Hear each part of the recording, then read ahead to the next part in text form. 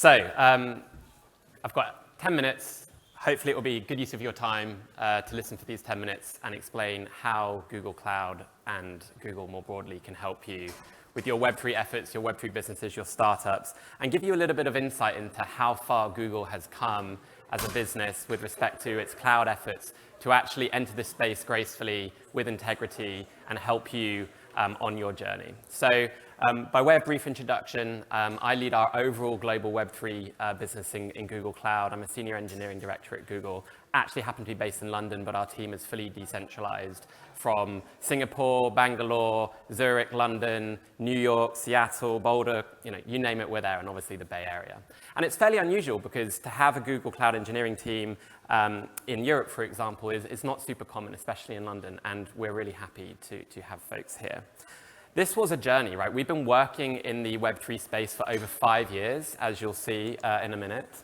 But we've been focused on first-party product and engineering for the last kind of 18 months or so. And what that means is Google itself is building Web3 capabilities as a company and not just having a go-to-market motion, right? And we will talk about how our startup program can help businesses, especially over the last year during the bear market. But I'd like to talk to you a little bit about where we've been to convince you that we are here to stay and we've been around for a while, okay? So let's talk about our mission. We want to be a fantastic place for developers to come and build their Web3 applications. So, at the end of the day, you still need compute, network, and storage when you're running a Web3 application, whether that's hosting a node, whether that's analyzing data off-chain. You may still run a traditional website, and you need somewhere to put that, right? And so we want to be a fantastic option for you to have that choice.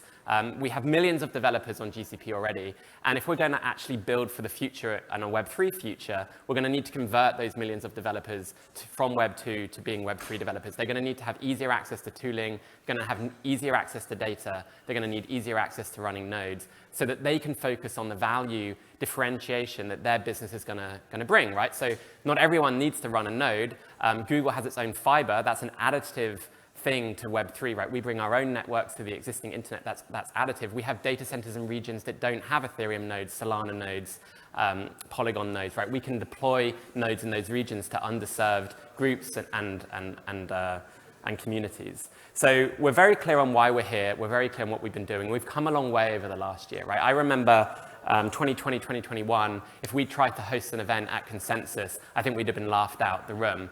This year, we had people queuing out of our building to attend our Web3 events. Women in Web3, what we've been doing from hackathons perspective, because we're an engineering company at heart, and this means that we can bring that open source mentality that Google's famous for, from TensorFlow through to Kubernetes, into the Web3 space as well. So I'll talk a little bit about that in just a minute. So looking back, I mean, maybe not everyone knows where we've been, but we joined the Hedera Governing Council all the way back in 2020. Since then, we've been working with everything from Web3 natives all the way through to central bank digital currencies, not just from a sales perspective or business development perspective, but from an actual engineering perspective as well. We've obviously done a lot of work with Dapper over the years. That's very well publicized. And then, of course, we've had other areas of Google outside of cloud show interest in this space from YouTube and beyond. More recently, we've made commitments to be able to enable you as a customer to spin up, say, a Solana node on GCP at the click of a button. If you've ever run a Solana node, you know that can be hard to do. The site reliability engineering of it, the DevOps of it, it's tough. It's a lot harder than an Ethereum node. So we're thinking about how we can leverage these partnerships to actually help folks like yourselves focus on your area of expertise. So we've also had relationships with Coinbase and more recently Polygon, as you can see on the slide. I was at Token in Singapore, whenever it was, a few weeks ago. And that's one event that we've been to this year. We've probably been to about a dozen events, consistently showing up. We probably went to even more last year. And that sentiment has changed towards what we're trying to do in this space. I think initially people were asking, why is Google here? You're a Web 2 business. You're a Web 2 organization. What can Google possibly do in this space?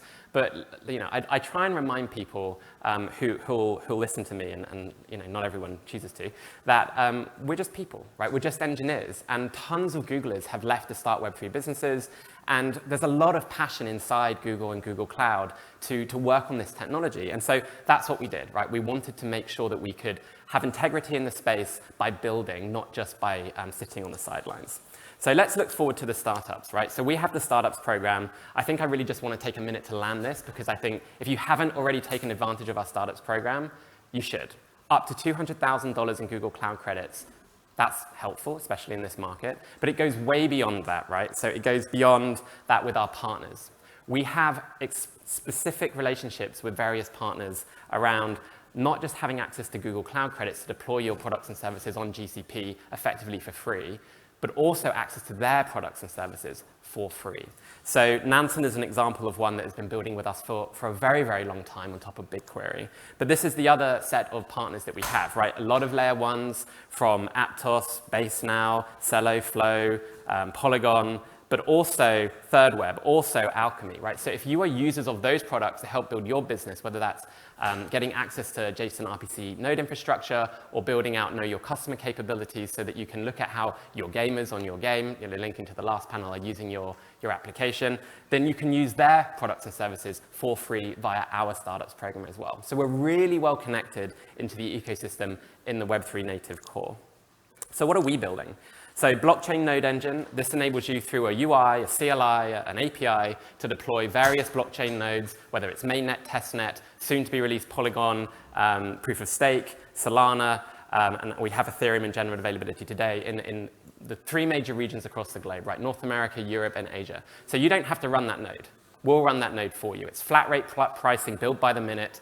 You can have a full node, an archival node, and we're bringing to market soon the ability to make that node more convenient for staking as well. So if you're really into staking, and that's an important part of what you do in your business, you can use these nodes for staking. We will guarantee the uptime. We will take on that responsibility. Okay? We're bringing Google engineering that we're famous for to this space. Indexing, right? So when I was thinking about what we should build in this world, what could we do in a way that probably wouldn't get people's backs up against the wall? What could we do that people would accept and think is useful? So running infrastructure and helping people do search are things that I think Google's very well known for. So for the past 5 years, we've had a community-led offering of folks who have been indexing data on GCP, putting it into BigQuery, which is our analytics database. Many of you will be familiar with BigQuery. And you can just query blockchain data on BigQuery. You don't have to run the node. You don't have to do the egress or the ETL pipeline. You don't have to take the ABI of the smart contract and look at that in more detail yourself. You can just go straight to BigQuery and access that data. And so that was a community-led offering for a long time with various folks like yourselves out there doing that on GCP, and we supported it. But we also have now a first-party offering covering a ton of new blockchains that we recently announced. So the press has just gone out, I think, a week or 2 ago. These are the new ones that we brought as a first-party capability run by Google. Like, we run those nodes, we pass that data, and then we deploy that data into BigQuery for you to access. So if you want to start knowing what's happening on-chain without having to build that data infrastructure yourself, you can do it right now. You can just sign up, and you don't even have to pay for storing the data. We store the data for free. You just pay for what you query. Where could this go? So this is not something we're building actively, but this is an idea we had. Like, what if you don't even want to get involved in Web3? You're a Web2 organization, maybe you're a Web2 games company, but every time an event happens on chain between 2 wallets, maybe it's a specific contract that's invoked, you want to trigger something, right? So what if we're running the node, we're running the pipeline, we're running the real-time data on PubSub, and when a filter is passed, that specific transaction calls a cloud function. And that cloud function could be written in Java, JavaScript, Python, and it just calls one of your business internal APIs. You haven't had to do any Web3 plumbing. What if something like that was into the market? And so we've been thinking about many ideas of how we could take this forward, but I invite you guys to guide us because we want to be where our customers are. We do a lot of Web3 training and advocacy amongst the institutions, amongst the SMBs and corporates that are already on GCP. We run that in our offices. We do various events globally. And again, we also love participation from natives who can come and showcase what they're working on alongside us so that we actually can make more people aware of how best to take part in the Web3 ecosystem. So this is an important part for us, given our role within the internet more broadly. And then I would say maybe a little less sexy, but very important from my perspective into the future growth of where Web3 needs to be in the future. When we stop calling it Web3 and Web2, and it's just the web again, then we've got mass adoption. And to get mass adoption, we're going to need participation from existing institutions, Whether you like it or not, we need to recognize that we live in societies with norms and existing capabilities, and we need to bring them in, not push them out. So how can we help central bank digital currencies and stablecoin providers not just have 10,000 transactions per second, but why aren't we aiming for 10 million transactions per second, right? We want to help in every way we can, and so these are some of the examples of things we're thinking about with central bank digital currency in mind. And I've already mentioned open source, but you're going to probably see more from us. We've been doing research internally around zero-knowledge proofs, around scalability. What can we put out into the ecosystem that will enable you guys to continue building in that open source fashion that Google is so famous for? So quick whirlwind tour of what we've been doing, what we're about, how you can take advantage of our services. That's it. That's 10 minutes. That's it from me. Thank you for your attention.